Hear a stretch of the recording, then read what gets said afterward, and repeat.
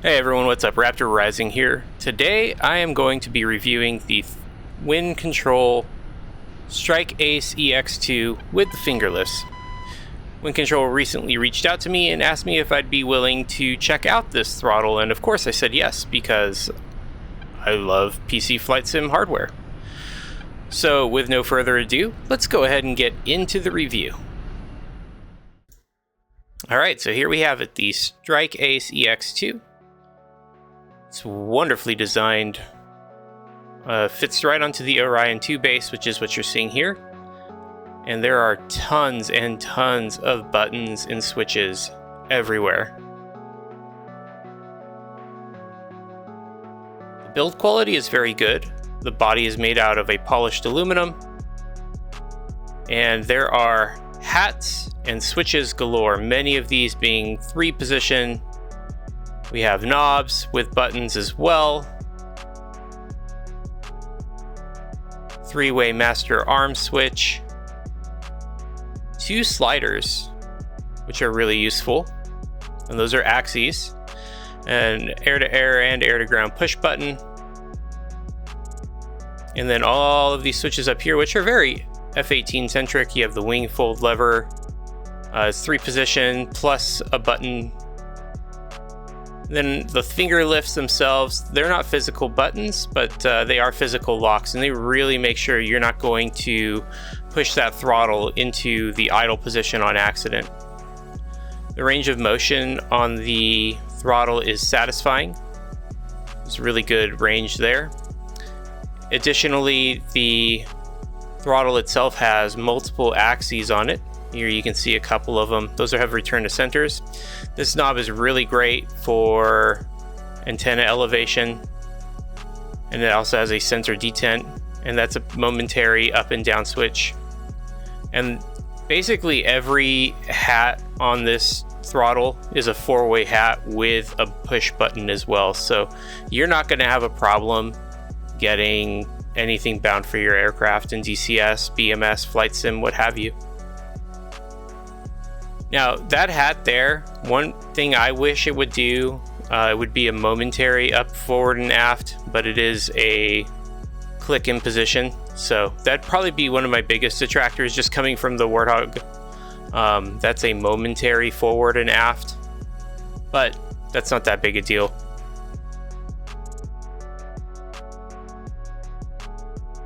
Here you can see the adjustable detent section that goes in. It's pretty straightforward. You can adjust those with the Allen keys there for where you want to set your custom detents for afterburner and idle cutoff. Let's just take a look at the whole unit again.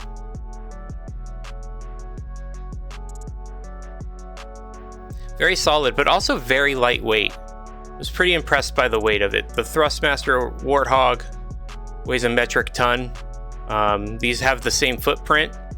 I have them on my Fox mounts. And this is much lighter in general. You can also adjust the axes resistance by inserting one of the included hex keys in there for both axes. Pretty nice touch.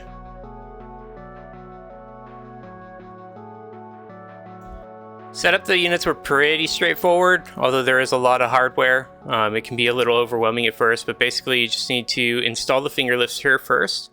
You want to screw those in with the hex key provided, and then you put the throttles onto the finger lifts. Bada bing, bada boom. Install the detents, get them to your custom setting. Of course, the cables, get those plugged in. Pretty straightforward process though, once everything's set up and going. So I wanted to really test out this throttle's precision, and I thought the best way that I could do that was to do some air-to-air refueling, and do that in one of the jets that I struggle to air-to-air refuel in the most, and that is the F-14. I wanted to see how easy it would be to plug into the tanker and also stay in the tanker. I historically struggle with the F-14 because it requires a lot of back and forth throttle movement to get into and stay in the perfect position. And I thought that would be a really good test to put the StrikeAce to the test, so to speak. So far, I mean, I am not the world's premier F-14 pilot, I'll be the first to admit, but getting onto the right speed and maintaining is not too bad. I'm not playing around with the throttles too terribly much, and I'm just getting into the position with the basket. Hasn't been so difficult so far.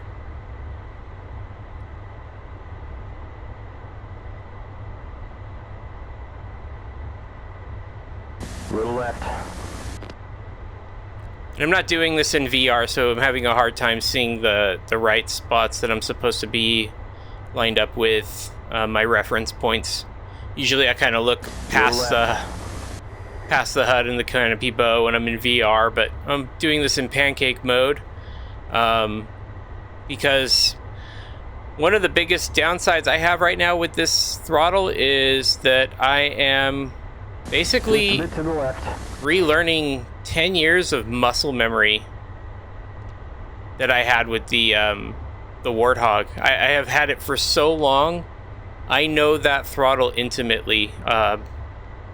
Don't read too much into that, but I know where everything is. I know exactly where to reach, where to touch all the right switches and buttons, and so I'm relearning everything. In fact, it's probably one of the most arduous tasks with getting new hardware in DCS. Nice, that's gonna quench your thirst. Is rebinding every single plane. I mean, it took me probably a good 4 or 5 days just to get everything in position where I felt comfortable enough.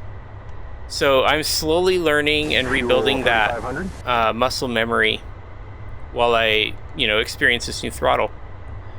But so far so good. I mean, I plugged in pretty easy. I'm staying in position. It's not too bad. I do like that the StrikeAce is modeled after the F-15E, which goes pretty well with the Thrustmaster Warthog itself being modeled after the A-10, which was stolen from the F-15E. So the layout is very similar. And of course, the tanker enters a turn, and that all but dooms me. I'm doing the best I can to stay in position here, but it's going to be a fruitless effort at some point. It's so hard to stay connected to the tanker in a turn.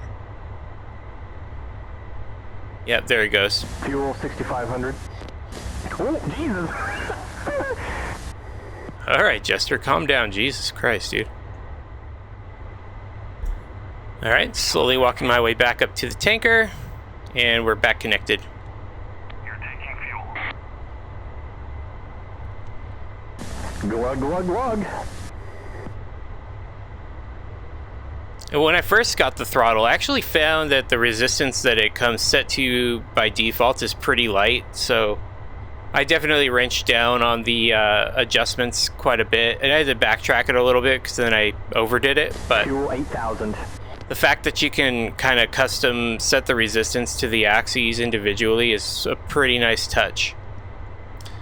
Another thing I'll touch on is the sheer amount of buttons. I have never been able to bind every single control on the HOCAS for the Apache before, and now between the F-16EX grip that I have and the StrikeAce EX2, for the first time since I've ever started flying the Apache, I have every single control bound to the HOCAS system, and that's a pretty nice feeling.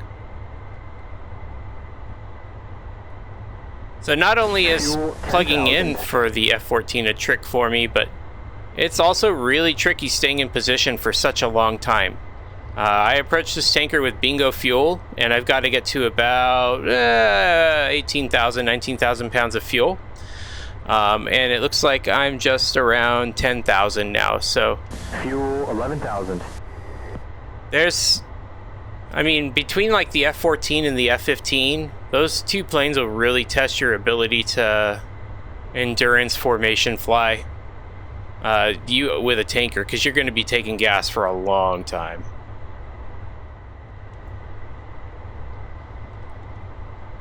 So far so good. When the tanker leveled out, it decided to pick up a bunch of speed and of course disconnected me again, but I was able to slot back in and take some more fuel pretty quick. Fuel 15,000.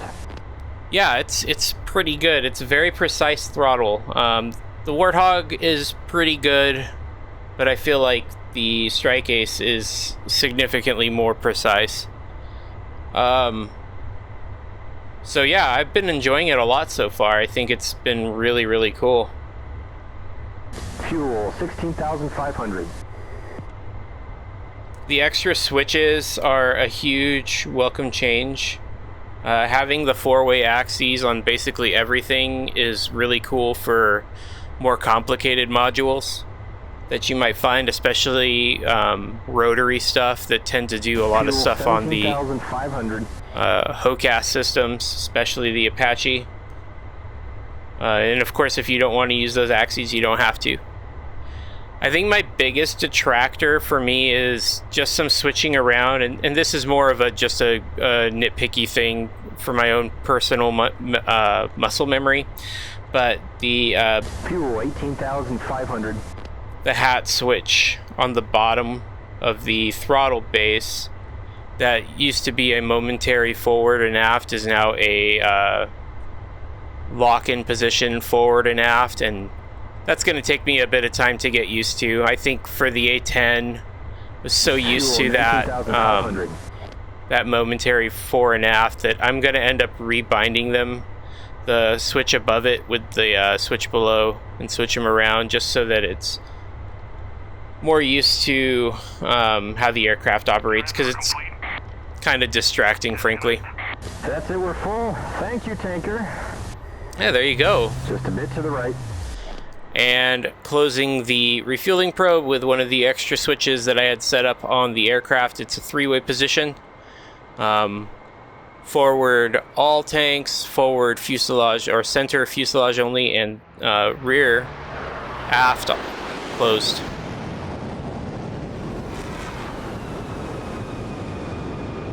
Yeah, it's been a blast.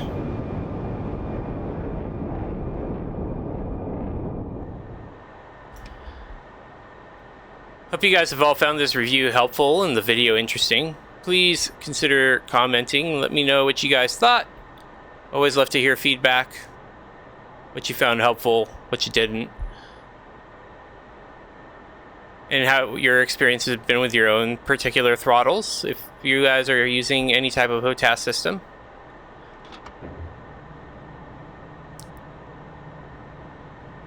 And to be clear, the Warthog system was working out really well for me, and I know a lot of people have had horror stories with the Thrustmaster Warthog, but it's been fine. But having said that, getting a hold of the StrikeAce, that's been a game changer. It's really, really good. The precision is definitely much more noticeable and appreciated. And having all the extra knobs and switches, it's quite nice. As always, please consider leaving a like to help me beat the YouTube algorithm. Subscribe if you are new here. This has been Raptor Rising, and I will catch you guys in the next video.